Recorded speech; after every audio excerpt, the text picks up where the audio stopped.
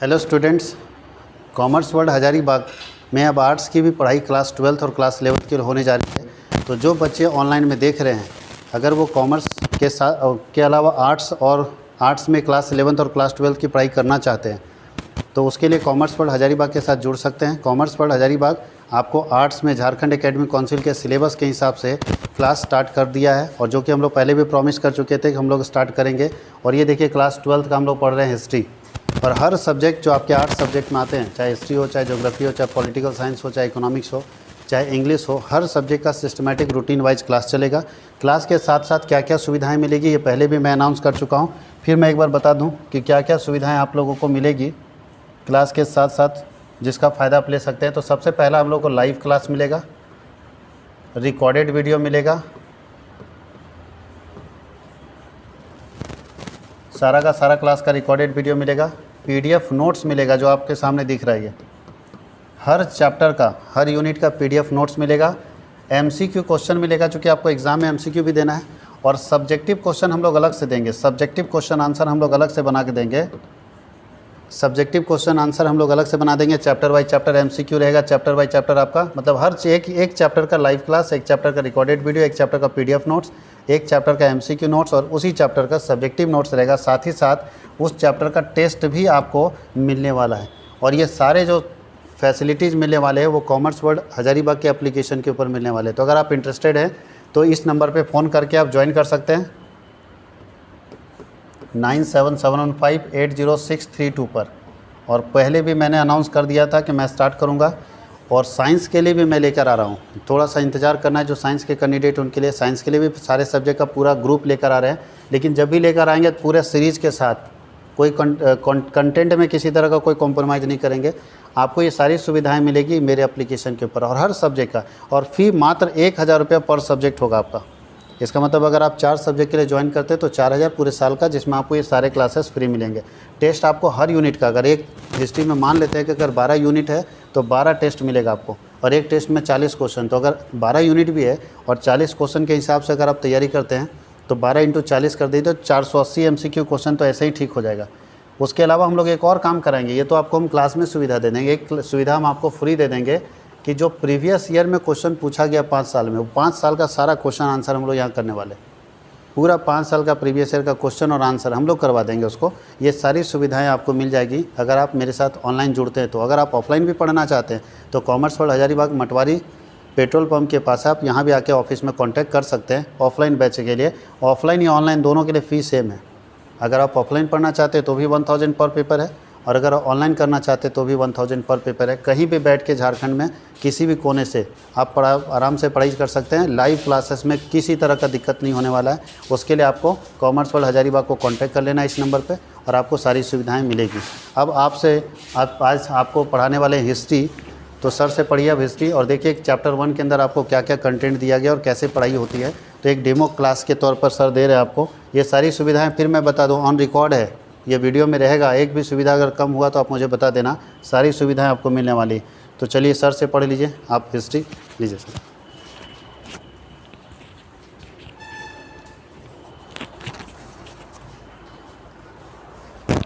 चलिए, आज हम लोग क्लास 12th का सब्जेक्ट हिस्ट्री चैप्टर 1, ठीक है।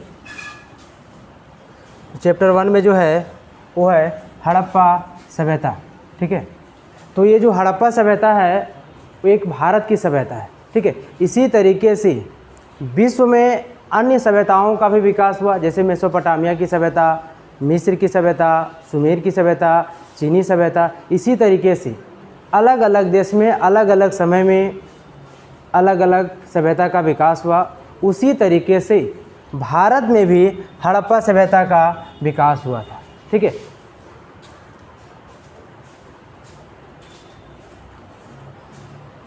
चलिए हम लोग इंट्रोडक्शन की ओर आते हैं, परिचय की ओर।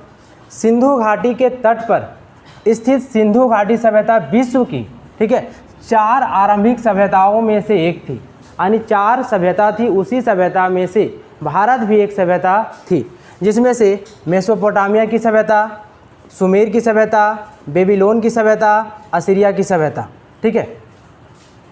अब देखना है कि ये जितनी सभ्यता थी वो सारी सभ्यता कहीं ना कहीं एक नगरीय सभ्यता थी।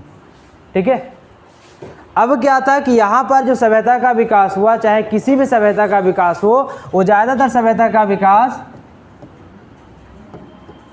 नदी घाटी के किनारे हुआ, ठीक है। अब नदी घाटी के किनारे होने का सबसे बड़ा रीज़न क्या था कि नदी के किनारे जो था पर्याप्त मात्रा में, ठीक है, पानी उपलब्ध हो जाता था। जो लोगों को सुविधाएं चाहिए वो सुविधाएं उपलब्ध हो पाती थी। सपोज मान लिया जाए कि ये नदी हमारा है, ठीक है, और नदी के तट पर ये हमारा तटीय क्षेत्र है।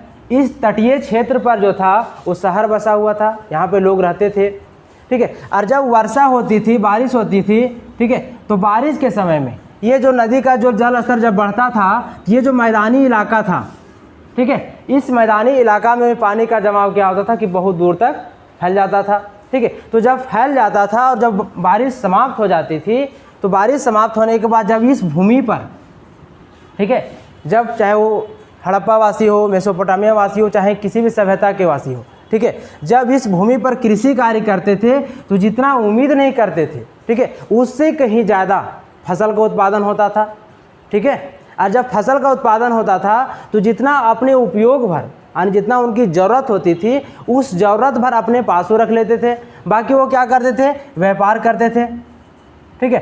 तो ये जो नदी बसा हुआ था, ठीक है, तो नदी से क्या थी कि वो जल मार्ग के माध्यम से अन्य देशों के साथ भी व्यापार करते थे। जैसे कि हड़प्पा वासी जो थे, ठीक है, वो मेसोपोटामिया से ज़्यादातर व्यापार करते थे। यानी इसका संपर्क हड़प्पा और मेसोपोटामिया दोनों का जो संपर्क था एक व्यापारिक दृष्टिकोण से बना हुआ था, ठीक है। यहाँ तो कोई दिक्कत?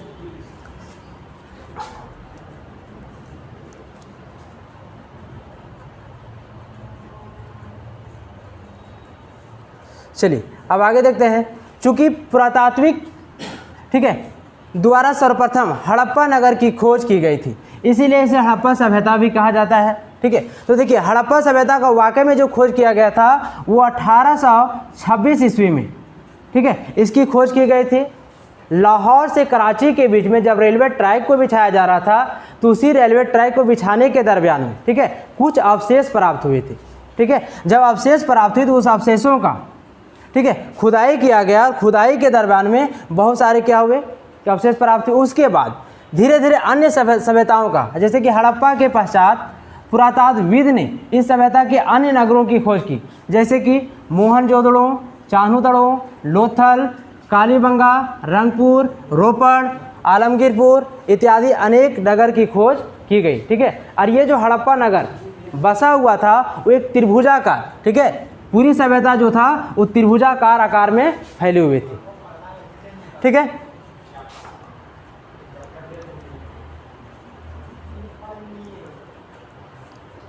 चलिए देखिए नेक्स्ट टॉपिक है पुरातत्व। तो पुरातत्व क्या होता है कि जिस विज्ञान के माध्यम से धरती में छुपी हुई सामग्री की खुदाई कर अतीत के लोगों को भौतिक जीवन का पता लगाया जा सके उसे पुरातत्व कहते हैं, ठीक है। अब देखिए पुरातत्व किसे कहते हैं। सो देखिए एक क्या है, कोई एक क्षेत्र है, कोई एक सीमा है, ठीक है। अब इस क्षेत्र के अंतर्गत यहाँ पे कई पूर्वजों से लोग निवास कर रहे थे, रह रहे थे, ठीक है। लेकिन क्या हुआ कि जब कुछ अवशेष, जब वहाँ पे खुदाई कार्य किया गया इस स्थल पर, ठीक है, तो खुदाई कार्य करने के समय दरमियान में कि कुछ अवशेष मिला, कुछ तत्व मिला, ठीक है। जब वो तत्व मिला तो यहाँ पुरातत्ववेदों के द्वारा या इस स्थल पर पूर्ण रूप से क्या किया गया, खुदाई किया गया। तो खुदाई के दरमियान में, खुदाई के समय बहुत सारे क्या हुए, अवशेष प्राप्त हुए, ठीक है। जैसे अवशेष में हम लोग ये भी बोल सकते हैं मिट्टी के बर्तन, खिलौना, सिक्का, मूर्ति इत्यादि बहुत सारे अवशेष प्राप्त हुए। यानी उस समय के लोग जिन जिन वस्तुओं को प्रयोग करते थे अपनी ज़रूरतों को पूरा करने के लिए, वे सारे अवशेष कहीं ना कहीं दब चुका था। क्योंकि हड़प्पा सभ्यता आज हमारे बीच है, वो क्षेत्र बचा हुआ है, लेकिन हड़प्पा सभ्यता का पतन हो गया था, ठीक है। तो पतन होने का मतलब कि स्वाभाविक वो दब चुका था मिट्टी में, ठीक है। तो जब खुदाई हुआ तो खुदाई के दरमियान जो भी वस्तुएं दबी हुई थी तो उसे क्या हुआ, खोद करके धीरे धीरे फिर ऊपर निकाला गया, ठीक है। आगे देखिए क्या है, जैसे क्या क्या मिले हैं, बर्तन मिला, हथियार मिला, गहने, रोजमर्रा गहने का नहीं मतलब कि बहुत सारे आभूषण, जेवर जिसको लोग बोल सकते हैं, ठीक है। जैसे कि आभूषण में देखा जाए तो कंठार, हौसली, भुजबंद, कमरधनी, ठीक है, कड़ा, इस तरीके से बहुत सारे आभूषण का लोग प्रयोग करते थे। वो आभूषण मिला, ठीक है, क्या मिला, फिर पेड़ मिले, पौधे मिले, ठीक है, कौन कौन से पेड़ उस समय था, कौन कौन से पौधे थे, किसका लोग पूजा करते थे, ठीक है, मानव, जानवर और मानव के क्या मिले, बहुत सारे अवशेष मिले, जिसको हम कंकाल बोल सकते हैं। जब लोगों की डेथ हो जाती थी, चाहे लोगों को दफना दिया जाता था या खुले मैदानों में फेंक दिया जाता था, ठीक है, तो जब वो किसी कारण से पृथ्वी में दब गई, ठीक है, चट्टानों के अंदर जब दब गई, जब वहाँ पे खुदाई कार्य हुआ, ठीक है, तो खुदाई में क्या हुआ कि सारे अवशेष वहाँ से प्राप्त हुए थे, ठीक है।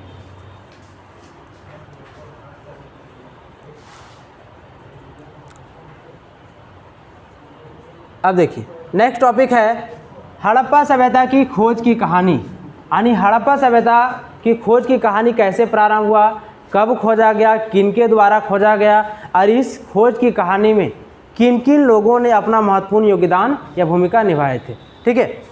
देखिए क्या, हड़प्पा, सर्वप्रथम हड़प्पा टीले का उल्लेख चार्ल्स मेसन द्वारा, ठीक है, 1826 ईस्वी में कराची से लाहौर, ठीक है, कराची एक जगह है, कराची से लाहौर तक, ठीक है, रेल लाइन बिछाने के दौरान खुदाई में, ठीक है। अब देखो रेल लाइन बिछाया जा रहा था, तो हम लोग तो ये चीज़ देखते हैं कि जब रेल लाइन बिछाया जा रहा था तो जहाँ पे कुछ मिट्टी का ढेर होता है, टीला बना हो तो उसको काट करके हटाया जाता है, या जहाँ पर गड्ढा था उसको भरा जाता है, ठीक है। तो उसी दरबार में यहाँ पे जो हड़प्पा में था वो क्या था, टीला बना हुआ था, मिट्टी का ढेर बना हुआ था, ठीक है। तो उसी टीले को काट करके जब हटाया जा रहा था, ठीक है, तो हटाने के दरमियान में कुछ सारे पुरातात्विक अवशेष मिले, चाहे वो बर्तन मिले, आभूषण मिले, बहुत सारे औजार मिले, ठीक है। तो जब औजार मिला, ठीक है, तो जॉन ब्रंटन और विलियम ब्रंटन, ठीक है, नामक अंग्रेजों को कुछ क्या मिला, पुरातात्विक अवशेष मिला। तो पुरातात्विक अवशेष वैसे अवशेषों को कहते हैं कि जो खास करके खुदाई से प्राप्त हो, ठीक है। किसी भी खुदाई तो हर स्थान पर नहीं किया, जहाँ पे चर्चित स्थल हो उस स्थल पर खुदाई किया जाएगा तो स्वाभाविक है कुछ ना कुछ तो वस्तुएं वहाँ से प्राप्त मिलेगी, खुदाई के दौरान मिलेगी ना, तो उसी को क्या बोलते हैं, पुरातात्विक अवशेष या स्रोत बोलते हैं। क्लियर। नेक्स्ट दूसरा पॉइंट है इसी के अंतर्गत, लेकिन ये दोनों व्यक्ति हड़प्पा सभ्यता के बारे में विशेष जानकारी प्राप्त करने में क्या हो गए, असफल हो गए। कुछ तो पुरातात्विक स्रोत मिला, साक्ष्य मिला, अब साक्ष्य मिलने के बाद पूर्ण रूप से विशेष जानकारी जो था वो नहीं इकट्ठा कर पाए, ठीक है। नेक्स्ट पॉइंट है, इसके बाद दयाराम साहनी या रखाल दास बनर्जी, दयाराम साहनी या राय बहादुर साहनी, ठीक है, 1921 ईस्वी में पाकिस्तान प्रांत की, ठीक है, मोंटगोमरी जिले में है, रावी नदी के तट पर स्थित, ठीक है, इस सभ्यता का पुरातात्विक स्थल को खुदाई किया गया और खुदाई के दरमियान में यहाँ से बहुत सारे अवशेष प्राप्त हुए, ठीक है। यानी पूर्ण रूप से बोल सकते हैं कि हड़प्पा सभ्यता की जो खुदाई का जो कार्य किया गया था वो पूर्ण रूप से 1921 ईस्वी में, 1826 में तो किया गया था चार्ल्स मेसन के द्वारा, लेकिन ये पूर्ण रूप से पूरा नहीं कर पाए, ठीक है। कुछ ही तत्वों तक प्राप्त हो, फिर उसको क्या के छोड़ दिया गया, लेकिन विधिवत रूप से जो खुदाई करने का काम किए थे वो दयाराम साहनी या राय बहादुर साहनी के द्वारा 1921 ईस्वी में किया गया था, ठीक है। आज अगर देखा जाए हड़प्पा जो है वर्तमान में पाकिस्तान प्रांत, ठीक है, पाकिस्तान के रावी नदी के तट पर ये स्थित है।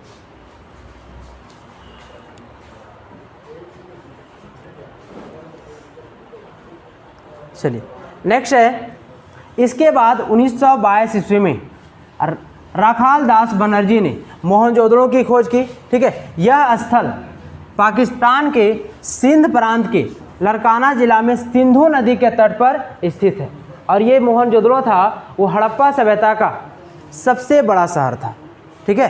क्योंकि हड़प्पा सभ्यता इस सभ्यता का नाम इसलिए दिया गया क्योंकि सबसे पहली बार जब खुदाई किया जा रहा था, रेलवे लाइन को बिछाया जा रहा था, तो उसी के समय में सबसे पहले हड़प्पा नामक नगर मिला, ठीक है। इसीलिए इसे हड़प्पा सभ्यता के नाम से भी जाना जाता है।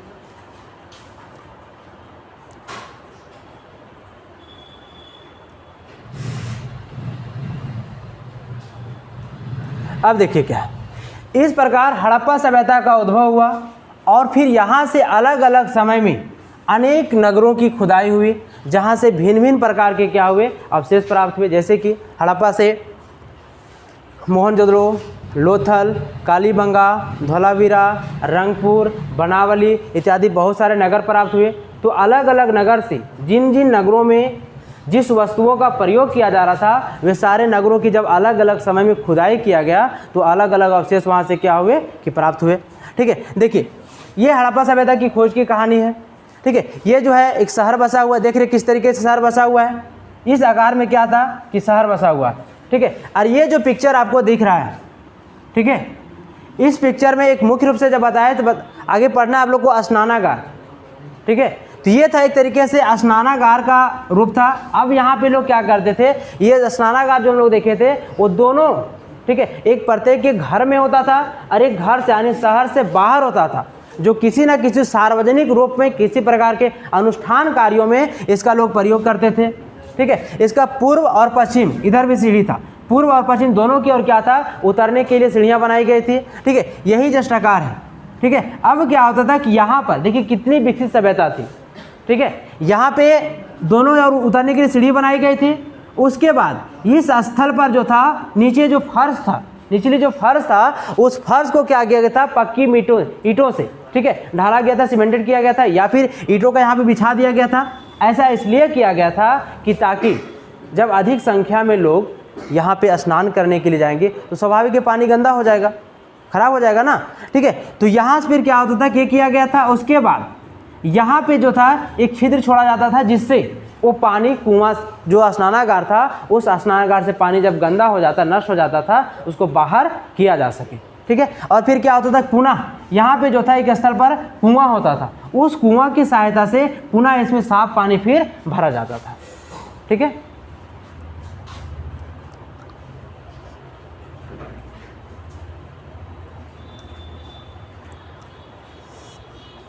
चलिए देखिए नेक्स्ट टॉपिक है हड़प्पा सभ्यता के प्रमुख स्थल। ठीक है, हड़प्पा सभ्यता के प्रमुख स्थल जो है वो कौन कौन स्थल है, जैसे कि नागेश्वर जो गुजरात में है, बालाकोटा पाकिस्तान में है, यहूदी आपका पाकिस्तान में है, कोट दीजी पाकिस्तान में है, धोलावीरा आपका गुजरात में है, लोथल भी आपका गुजरात में है, कालीबंगा राजस्थान में है, बनावली हरियाणा में है और राखीगढ़ी जो है वो भी हरियाणा में है। ठीक है, इसी तरीके से जितने शहर प्राप्त हुए, ठीक है, उस सब शहर के हम लोग अलग अलग देखेंगे कि कौन कौन शहर से, ठीक है, चाहे वो लोथल हो, कालीबंगा हो, बनावली हो, जितने भी शहर प्राप्त हुए वो कौन कौन शहर से, ठीक है, कौन कौन सी वस्तुएं प्राप्त हुए थे। ठीक है, तो जिसमें पहला शहर आपका है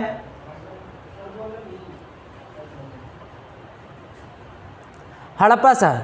ठीक है, हड़प्पा सभ्यता है यानी हड़प्पा है। अब देखिए क्या, इसकी खुदाई 1921 में दयाराम साहनी या राय बहादुर साहनी के द्वारा किया गया था। यह नदी जो है हड़प्पा जो वर्तमान में जो है वो पाकिस्तान के, ठीक है, माउंट गोमरी ज़िले में स्थित है और हड़प्पा जो है वो रावी नदी की तट पर है। इसकी खुदाई सबसे पहले, ठीक है, 1826 ईस्वी में की गई थी चार्ल्स मेसन के द्वारा, लेकिन पूर्ण रूप से जो विधिवत खुदाई की गई थी वो 1921 ईस्वी में दयाराम साहनी के द्वारा की गई थी। ठीक है, अब देखना है कि इस हड़प्पा के अंतर्गत कौन कौन सी वस्तुएं प्राप्त हुई है।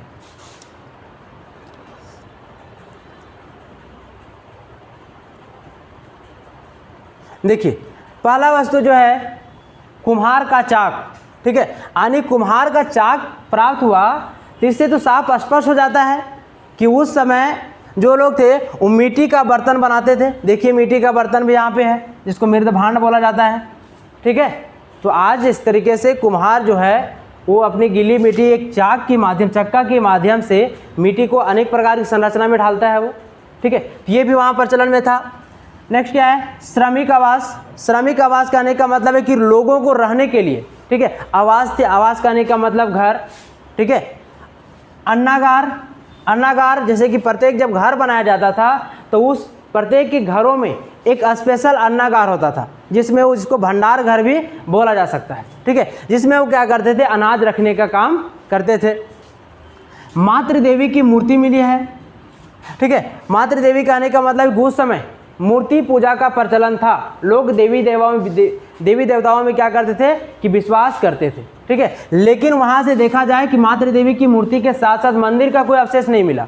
ठीक है, लोग जहाँ पर किसी मूर्ति को, किसी पत्थर को स्थापित कर देते थे उसी स्थल को देवी स्थल वो मान लेते थे। ठीक है, नेक्स्ट क्या, लकड़ी का ओखली मिला है। ठीक है, लकड़ी का ओखली मिला तो उससे क्या होता था कि लोग ठीक है। जैसे किसी चीज़ को कूटने के लिए, आज जैसे हम लोग ओखली को देखते हैं ना, वो लोहा का होता है, लेकिन उस समय जो था वो लकड़ी का होता था, ठीक है। नेक्स्ट क्या, लकड़ी का ताबूत, हाथी का कपाल।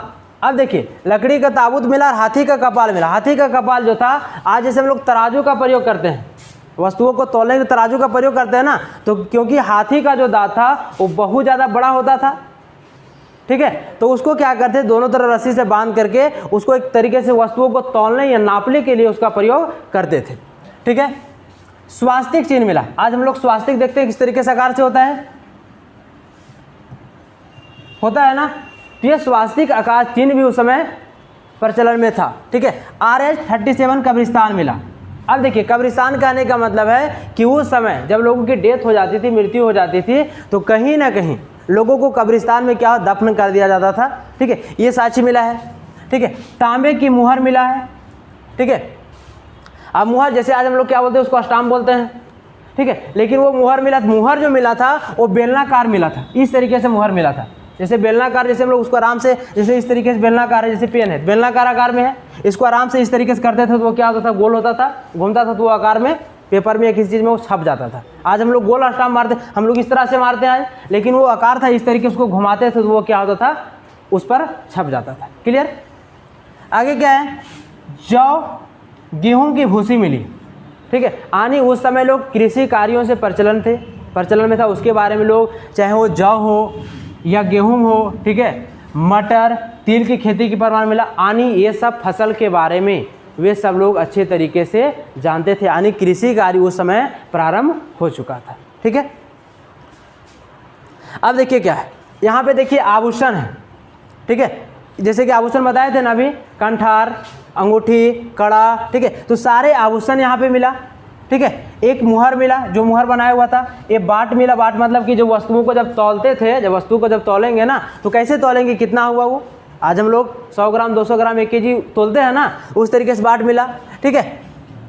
पक्की मिट्टी से बना एक विरसव, विरसव का मतलब बैल, ठीक है, उस समय बैल की भी पूजा करते थे लोग, ठीक है। धातु के औजार मिले, धातु का देखिए इस तरीके से औजार का प्रचलन उस समय था, ठीक है। आगे जो मिला मनके, मनके कहने का मतलब है कि जहाँ पे सिक्का को ढाला जाता था, क्योंकि आज हमारे पास सिक्का है, मुद्रा है ना, तो उस समय भी प्रचलन था, ठीक है। एक फलक था, फलक जैसे औजार बोल सकते हैं, हथियार बोल सकते हैं, ठीक है। ये क्या है, अवतल चक्की है। चक्की कहने का मतलब है कि जब लोग जौ और गेहूं से परिचित थे, ठीक है, तो कहीं ना कहीं इस चक्की के माध्यम से लोग आटा पीसने का काम करते थे, ठीक है। देखिए कितनी डेवलप सभ्यता थी, कितना विकसित सभ्यता था कि सारी जितना आज हम लोग प्रयोग करते हैं वो कहीं ना कहीं उस समय भी लोग प्रयोग यूज करते थे, ठीक है। आगे क्या है, फन्यास से बना पात्र। अब इसमें क्या था, एक तरीके से हम घड़ा बोल सकते हैं, ठीक है, जिसमें पानी रखने का वो काम करते थे। क्लियर है यहाँ तक।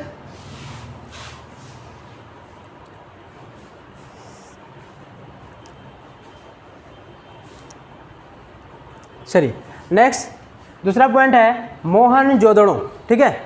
देखिए मोहनजोदड़ो की खुदाई 1922 ईस्वी में रखाल दास बनर्जी ने की, ठीक है। यह सभ्यता जो है, मोहनजोदड़ो सभ्यता जो है वो पाकिस्तान के लारकाना जिले में स्थित है, ठीक है। और ये जो है मोहनजोदड़ो जो है वो सिंधु नदी के तट पर स्थित है, ठीक है। मोहनजोदड़ो का अर्थ होता है मृतकों का टीला, ठीक है। मोहनजोदड़ो का ही अर्थ होता है मृतकों का टीला, और ये सिंधु सभ्यता या हड़प्पा सभ्यता का सबसे बड़ा शहर था, इससे बड़ा कोई शहर नहीं था, ठीक है। अब देखना है कि मोहनजोदड़ो से कौन कौन सी वस्तुएं प्राप्त हुई है, ठीक है। जैसे क्या मिला है, घर में कुआं, ठीक है, जैसे कि यह स्नानागार था और ये लोगों का घर था, ठीक है। तो प्रत्येक के घरों में इस तरीके के कुआं देखने को मिला था, ठीक है। आगे देखिए क्या, विशाल स्नानागार। यह स्नानागार हम लोग देख रहे हैं ना, दोनों साइड से, एक इधर से, पूर्व यानी पश्चिम, दोनों साइड से क्या है कि यहाँ पे उतरने के लिए क्या है, जाने के लिए क्या है कि सीढ़ियाँ बनाई गई है, ठीक है। और ये जो स्नानागार था वो एक सार्वजनिक स्नानागार बोल सकते हैं, या फिर प्रत्येक के घरों में एक स्नानागार हुआ करता था, जहाँ पे लोग स्नान करने का काम करते थे। क्या है नेक्स्ट, अन्नागार मिला। देखिए इसी घर के इधर इस कोने में जो था वो प्रत्येक घरों में एक अन्नागार हुआ करता था, जहाँ पर लोग अनाज रखने का काम करते थे, या फिर उसको लोग भंडार घर भी बोल सकते हैं, ठीक है। सूती वस्त्र, देखिए कितनी डेवलप सभ्यता थी। यहाँ से मोहनजोदड़ो से सूती वस्त्र मिला और साथ ही साथ सुई का भी अवशेष मिला। जिस सुई के माध्यम से हम लोग वस्त्रों को सीते हैं ना, उस सुई का भी अवशेष यहाँ से देखने को मिला था। ठीक है, सभागार देखिए, यहाँ जो स्थल है इस स्थल को देखिएगा।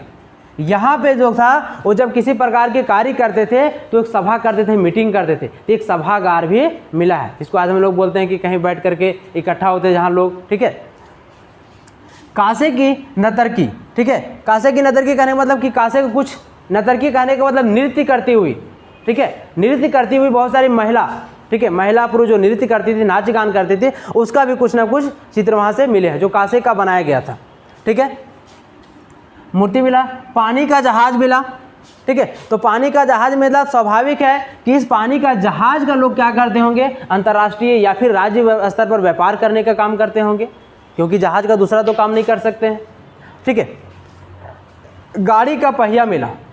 ठीक है, अब गाड़ी का पहिया मिला तो मतलब कि लोग स्थल मार्ग यानी व्यापार डायरेक्ट ये स्पष्ट हो जाता है कि लोग जो व्यापार करते थे जल मार्ग और स्थल मार्ग दोनों से व्यापार होता था, दोनों व्यापार का प्रचलन था। ठीक है, आगे क्या मिला, हाथी का कपाल मिला। कपाल का मतलब जो उसका सर होता था वो मिला। ठीक है, दाढ़ी वाले मनुष्य की प्रतिमा। ठीक है, मेसोपोटामिया की मोहरें इत्यादि प्राप्त हुई थी।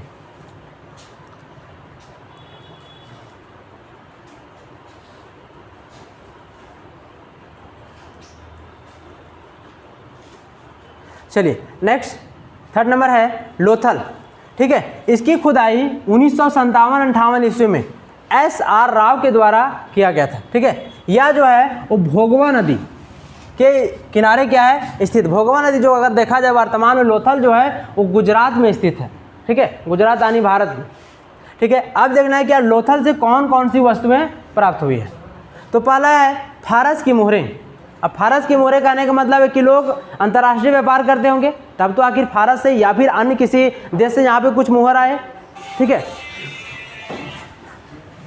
धान व बाजरे की खेती का प्रमाण मिला, यानी उस समय लोग धान की भी खेती करते थे, बाजरे की भी खेती करते थे। ठीक है, ये खेती का प्रमाण मिला। ठीक है, आटा पीसने वाली चक्की मिला। अभी चक्की जस्ट बताए थे कि आटा पीसने का जो चक्की था किस तरीके से उसका आकार था, किस तरीके से आटा पीसने का काम करते थे। ठीक है, मनके बनाने का कारखाना। मनके बनाने का कारखाना दिखाए थे अभी हम।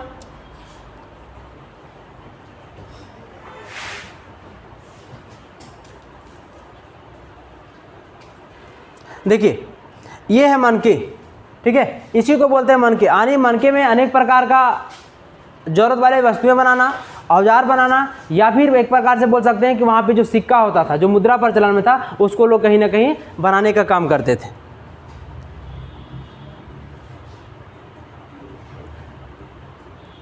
ठीक है, कुत्ते की, ठीक है, मूर्ति, बकरी की हड्डियाँ और गोदी। गोदी का मतलब होता है बंदरगाह के प्रमाण मिले।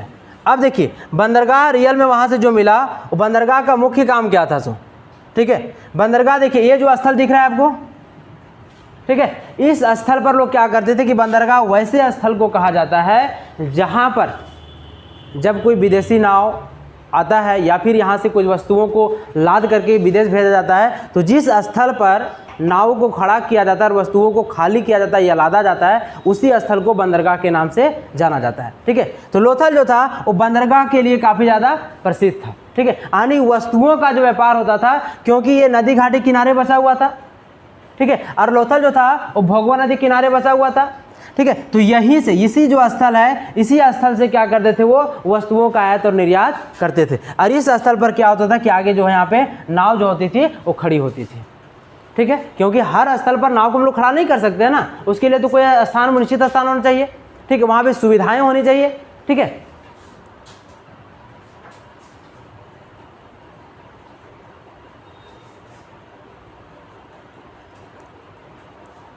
चलिए नेक्स्ट क्या है, चानूदड़ों। ठीक है, इसकी खुदाई 1931 ईस्वी में गोपाल मजूमदार ने की थी। ठीक है, यह जो है वो पाकिस्तान में सिंधु नदी के तट पर स्थित है।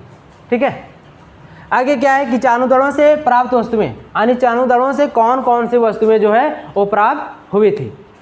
ठीक है, देखिए मनके बनाने कारखाना। मनके बनाने कारखाना कहने का मतलब है कि जहाँ पे सिक्का ढाला जाता था, ठीक है। अनेक प्रकार के औजार या आभूषण बनाए जाते थे, उसको मनके बोला जाता था, ठीक है। पीतल की बत्तख, यानी उस समय बत्तख का प्रचलन था, बत्तख से लोग परिचित थे तभी तो वो बनाए थे। और उसकी जो आकृति बनाया गया था वो पीतल का बनाया गया था। अलंकृत ईंटें, ठीक है। ईंटें का जिस तरीके से आज हम लोग आकार देखते हैं, ठीक है, कि 4:2:1 होता है। जैसे कि मान लीजिए कि ये ईंटा बना रहे हैं हम, समझिए पहले, तो इसका 4 होगा, इसका 2 होगा और इसका जो हाइट होगा वो 1 होगा ना। ईंटा देखे है ना, ठीक है। तो उस तरीके से आकार में क्या था, इसको बनाया जाता था, ठीक है। और कुछ जो ईंटें था वो अलंकृत, अलंकृत कहने का मतलब है डिजाइनदार था, ठीक है। अलग अलग डिजाइन में उसको शेप में बनाया जाता था, ठीक है। और ये जो ईंटा मिला, तो कुछ जो ईंटें मिले थे, ठीक है, वो कच्चे ईंटें मिले और कुछ जो ईंटें मिले वो पक्के मिले, ठीक है। ईंटे का जो प्रमुख काम होता था वो सड़क निर्माण करने में, घर निर्माण करने में, ठीक है। आगे क्या मिला, तराजू मिला एवं बैलगाड़ी मिले, ठीक है। तराजू मिला मतलब कि वस्तुओं को लोग नापते तौलते होंगे, ठीक है। तराजू, बैलगाड़ी मिला मतलब लोग उसको व्यापार करने के रूप में प्रयोग करते होंगे, ठीक है। देखिए यही है बैलगाड़ी, ठीक है। देख सकते हैं कि किस तरीके से कितनी सभ्यता जो थी, कितनी विकसित सभ्यता थी कि हर चीज़ से लोग कहीं ना कहीं वाकिफ थे, लोग कहीं ना कहीं उसको बारे में पूर्ण रूप से जान रहे थे, ठीक है। एक तरीके से पक्की मिट्टी का बनाया हुआ है, लेकिन इसी तरीके से वहाँ पे बैलगाड़ी का भी प्रचलन था, जो आंतरिक व्यापार देश के अंतर्गत, राज्य क्षेत्र के अंतर्गत जो था वो स्थल मार्ग से व्यापार करने का जो था काम वो करते थे।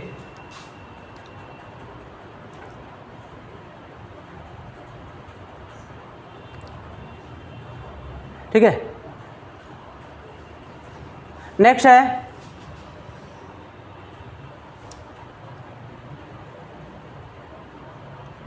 कालीबंगा, ठीक है।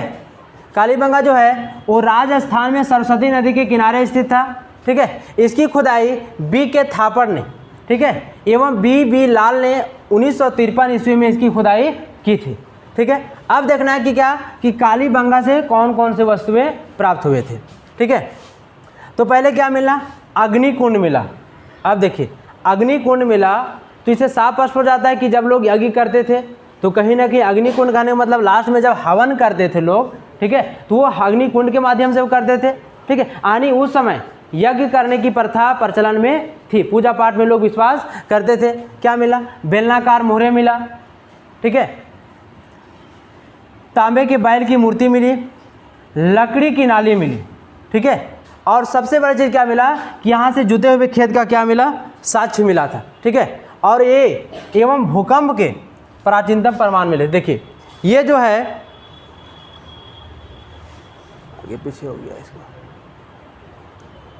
देख रहे हैं ये जो क्षेत्र देख रहे हैं, यहाँ पे जुता हुआ खेत का साक्ष्य मिला कि यानी उस समय इस क्षेत्र में लोग खेत को हल बैल के माध्यम से या किसी अन्य माध्यम से खेतों को जोतने का वो काम करते थे, ठीक है। और यहाँ जो मिला वो प्राकृतिक आपदा, ठीक है, देख रहे किस तरीके से यहाँ पे धुआं निकल रहा है, ठीक है। तो यही प्राकृतिक आपदा, भूस्खलन हुआ या फिर भूकंप आया जिसके कारण हड़प्पा सभ्यता का क्या हो गया, पतन हो गया। हो सकता है कि ज्वालामुखी विस्फोट हुआ होगा, ठीक है, जिसके कारण पूरा धुआं क्षेत्र में पूरा देख रहे हैं ना, ठीक है। तो इसके कारण क्या हुआ कि हड़प्पा सभ्यता का पूर्ण रूप से क्या हो गया, पतन हो गया, समाप्त हो गया, ठीक है।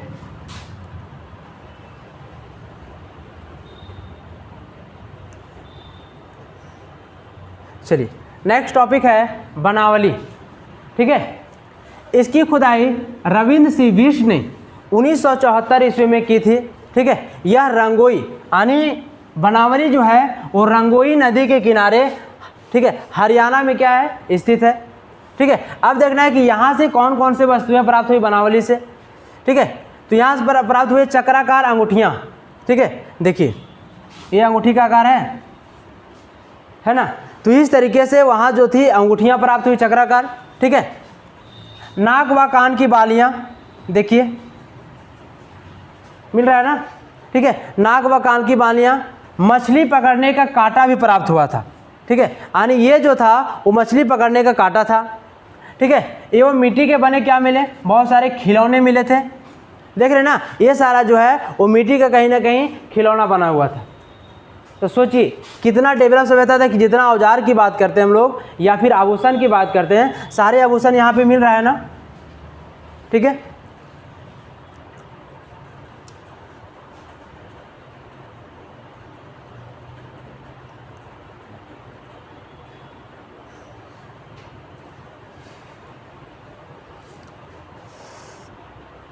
चलिए अब देखना है कि हड़प्पा सभ्यता एक नगरीय सभ्यता थी, ठीक है। तो नगरीय सभ्यता थी तो किसी भी नगर में कौन कौन सी सुविधाएं उपलब्ध होती है, उसी तरीके से हड़प्पा सभ्यता एक नगरीय सभ्यता थी।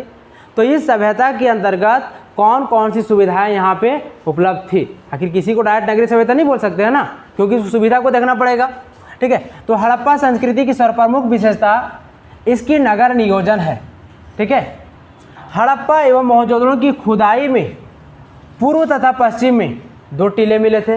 तो बताए थे कि पूर्व में, ठीक है, एक पूर्व था और दूसरा टीला क्या था, पश्चिम में था, ठीक है।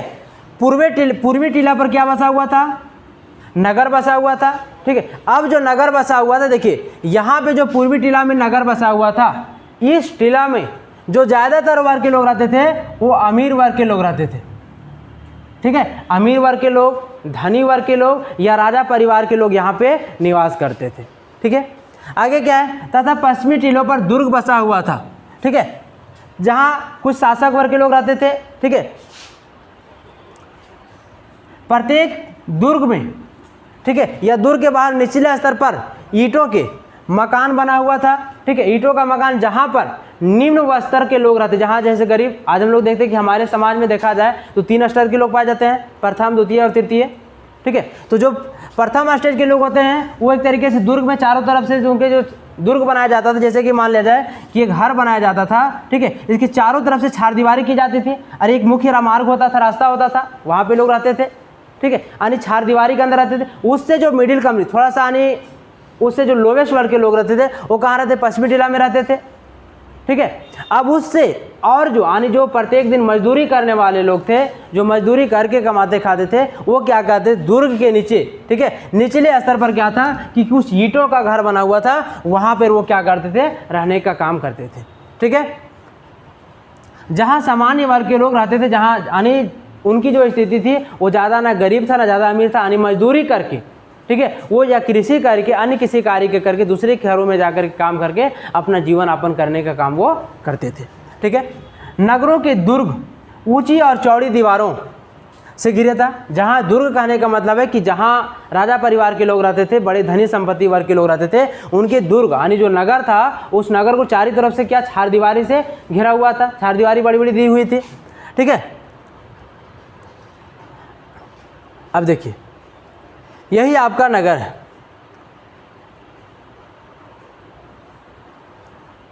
ठीक है। ये जो नगर था, ये जो देख रहे हैं इस स्थल पर, ये जो दुर्ग देख रहे हैं इस स्थल पर क्या था कि जो धनी संपत्ति वर्ग के लोग रहते थे, ठीक है। और ये जो निचला स्तर आता इस स्तर तक, यानी जो निम्न स्तर वाले लोग थे वहाँ पे लोग निवास करते थे, ठीक है। तो इस तरीके से पूरा हड़प्पा सभ्यता जो था एक आकार में बटा हुआ था, ठीक है। तो जिसके पास जितना धन संपत्ति होता था उस वर्ग के लोग उस तरीके से अपना जीवन यापन कहीं ना कहीं करते थे, ठीक है।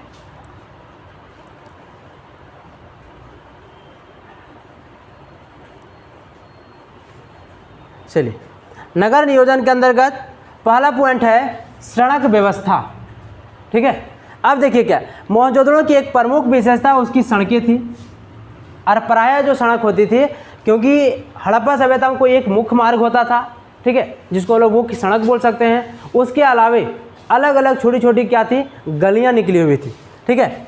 मुख्य मार्ग या मुख्य सड़क जो था 9.15 मीटर चौड़ी, ठीक है, जिसे पुरातात्विक से राजपथ कहा है। यानी जो मुख्य सड़क होता था उसकी जो चौड़ाई होती थी, ठीक है, वो 9.15 मीटर क्या होती थी, मुख्य मार्ग का जो मुख्य सड़क जो होता था उसकी चौड़ाई होती थी, ठीक है। अन्य सड़कों की चौड़ाई 2.75 से, ठीक है, 3.6 मीटर तक होती थी, ठीक है। सड़कें हम एक समकोण पर कटती थी। देखिए मान लिया जाए ये सड़क जा रहा है, ठीक है। अब यहाँ पे क्या टर्न लेना है, तो क्या डायरेक्ट यहाँ पे हम टर्न ले लेंगे। समकोण कहने का मतलब है कि कोई भी सड़क का आकार बन रहा है तो कभी इस तरीके से टर्न लेगी। अगर यहाँ पे ज़्यादा हमारा स्पेस नहीं रहेगा तो क्या गाड़ी हमारा टर्न हो पाएगी, नहीं हो पाएगी। ठीक है, तो हमेशा जो था वो सड़क जो था एक समकोण पर क्या होती थी, वो कटती थी।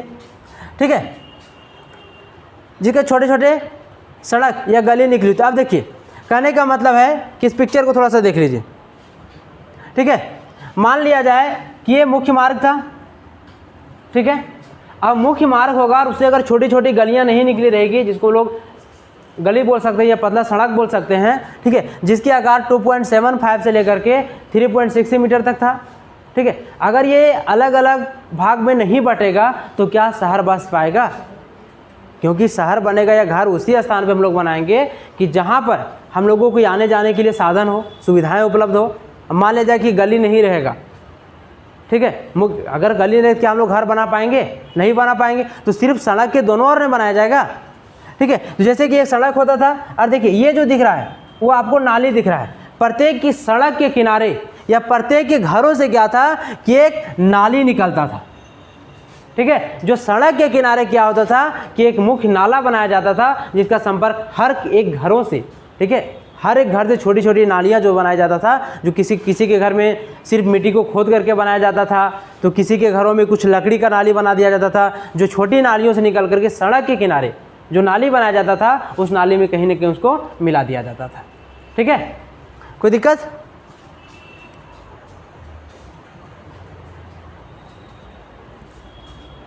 चलिए, दूसरा पॉइंट है जल निकास प्रणाली। ठीक है, तो जल निकास प्रणाली क्या है कि मोहनजोदड़ो के नगर नियोजन की एक प्रमुख विशेषता यहाँ की प्रभावशाली जल निकास प्रणाली थी। ठीक है, अब जल निकास प्रणाली क्या था? यहाँ के अधिकांश भवनों में निजी कुएं व स्नानागार होते थे। यानी जितने भी लोग रहते थे, प्रत्येक के घरों में, प्रत्येक के भवनों में क्या था कि एक निजी कुआं होता था और एक स्नानागार होता था। ठीक है, कुआं से लोग पानी खींचने का काम करते, निकालने का काम करते थे, और स्नानागार में लोग क्या करते थे? स्नान करने का काम करते थे। ठीक है, साथ ही साथ एक हौदा मिलता था। हौदा जिसको आज हम लोग बोलते हैं सहरा। आज इसी का जो रूप है वो टंकी ले लिया है। ठीक है, उसमें क्या आते थे, उस हौदा में वो पानी भर के या फिर टंकी में पानी भर के क्या इकट्ठा करते थे, उसी पानी से वो क्या करते थे, उसका यूज करते थे। ठीक है, भवन के कमरों, रसोई, ठीक है, स्नानागार, शौचालय आदि सभी का पानी भवन की छोटी छोटी नालियों से निकलकर गली की, ठीक है, गली की नाली में आता था। गली की नाली को मुख्य सड़क के दोनों ओर बनी पक्की नालियों से जोड़ा गया था।